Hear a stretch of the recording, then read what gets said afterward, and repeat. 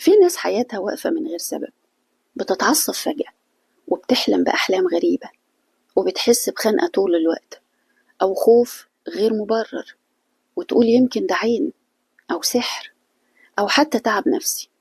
بس في الحقيقة إن في نوع تاني من الأذى محدش بيتكلم عنه بوضوح، ألا وهو المس. بس استنوا، المس مش نوع واحد، في مس شيطاني والعياذ بالله، وفي مس جني، وفي مس كامل، يعني الشيطان عايش جوه الجسد وبيتحكم فيه، بالبلدي كده ملبوس.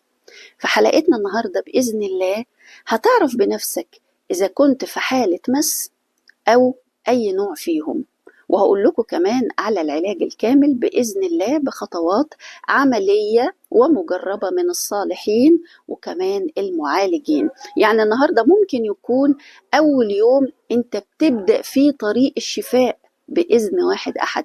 فتعالوا نسمي بالرحمن ونصلي على سيدنا النبي المصطفى العدنان، اللهم صل وسلم وزد وبارك عليك يا حبيبي يا رسول الله. تعالوا بقى مع بعض نعرف طريقة الكشف على المس. بجيب كوباية مية وبقرأ عليها أول 10 آيات من سورة الصفات 3 مرات بنية كشف المس. طيب وأنا بقرأ لو أنا فعلا ممسوس ربنا يحفظكم، هبتدي أحس إن أنا مصدع، يعني مشوش شوية، في غلوشة كده، مش قادر. يبقى أنت كده في الحالة دي محتاج حد يقرأ لك. هنلاحظ بقى إنك لو عرفت تقرأ الكشف أصبح إن ده مس جني. طب لا، أنا قرأته بصعوبة وأنا بقرأ 10 آيات كانوا تقال قوي، تقال، مش قادر، يبقى ده مس إيه؟ شيطاني. طيب النوع الثالث بقى مش قادر خالص وقفل المصحف وبقى يتنطط، مش متخيل ان هو يكمل كمان آية. في الحالة دي انت عندك مس كامل، يعني الشيطان عايش جواك. ربنا يحفظك ويشفي كل مرضانا، اللهم امين يا رب العالمين. في الوقت ده انت محتاج لحد بقى هو اللي يقرأ لك بصوت مش مسموع. بسم الله الرحمن الرحيم. والصافات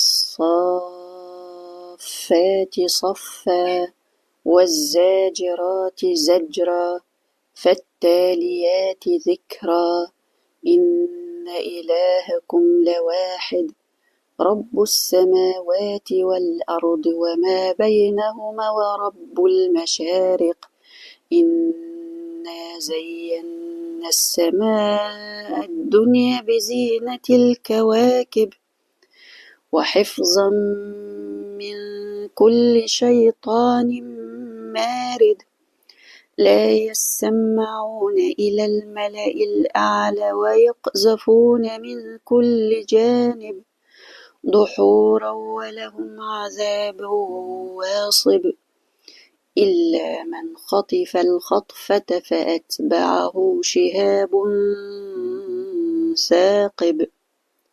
هقرأها 3 مرات وبعد كده أشرب، ولو حسيت وأنا بقرأ زي ما قلت لكم إن أنا مصدعة مش قادرة مشوشة بس قدرت إني أقرأ، يبقى ده مس إيه؟ مس جن. طيب لا، الموضوع كان صعب تقيل مش قادرة أكمل آيتين، يبقى ده مس شيطاني والعياذ بالله. خلاص مش قادرة أساسا أفتح كتاب الله وأسمع آية، يبقى ده إيه؟ ده بقى مس كامل، يعني الشيطان عايش وبيتحكم في جسم الإنسان والعياذ بالله، وبالبلدي بنقول عليه ملبوس. تعالوا بقى نروح للعلاج. هنقرأ على إزازة مية 71 مرة آية الكرسي بنية الشفاء. وأنا بقرأ بكل عزيمة وكل طمأنينة إن ربنا سبحانه وتعالى هيشفيني. ربنا سبب لي الأسباب، خلاني أسمع وأتوكل عليه سبحانه وتعالى. خلي جواك يقين وتوكل على الله إن هو الشافي، إحنا بس أسباب لبعض على الأرض. هنجيب إزازة مية وهنقرأ عليها 71 مرة آية الكرسي بنية الشفاء، وأشرب المية دي على مدار أسبوع.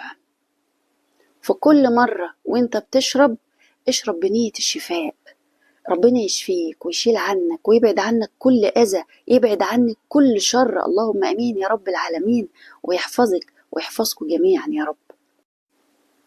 طيب في ناس لما تسمع القرآن الكريم تتشنج، تقع، ما تستحملش أبدا إنها تسمعه أو حتى تقرأه. ده بقى النوع الثالث اللي الشيطان عايش جواهم، ده المس بقى الكامل اللي الشيطان عايش جواه وبيتحكم فيه، بالبلدي الملبوس. طب ايه، مفيش حل؟ لا، بإذن الله في حل، بس احنا عايزين حد من أحبابه قريب منه هيقرأ على إزازة مية الفاتحة 121 مرة بنية الشفاء، ويضيف عليهم القلاقيل اللي هم ايه، الكافرون 7 مرات، والإخلاص 7 مرات، والفلق 7 مرات، والناس 7 مرات، وتشرب المية دي على مدار أسبوع، على 7 أيام بيشرب بنية الشفاء. ربنا يحفظكم ويبعد عنكم كل شر، اللهم امين يا رب العالمين. اتمنى بقى ان احنا نشير الحلقة دي لوجه الله وكلنا نشارك بعض في الخير. تحياتي وتقديري لكل احبابي ومتابعين، اشكركم على حسن الاستماع. السلام عليكم ورحمة الله وبركاته.